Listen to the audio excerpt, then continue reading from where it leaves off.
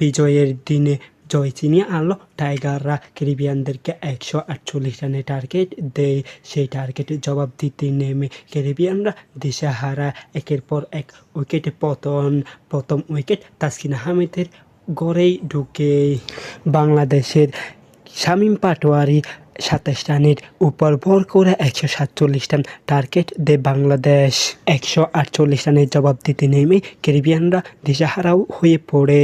শেখ মেহেদীর দুর্দান্ত বোলিংয়ে 4 ওভারে নিয়েছিল 4টি উইকেট, রান খরচ করেছে মাত্র 13 রান। ম্যাচ শেষে সেই সেরা পুরস্কারও পান তিনি।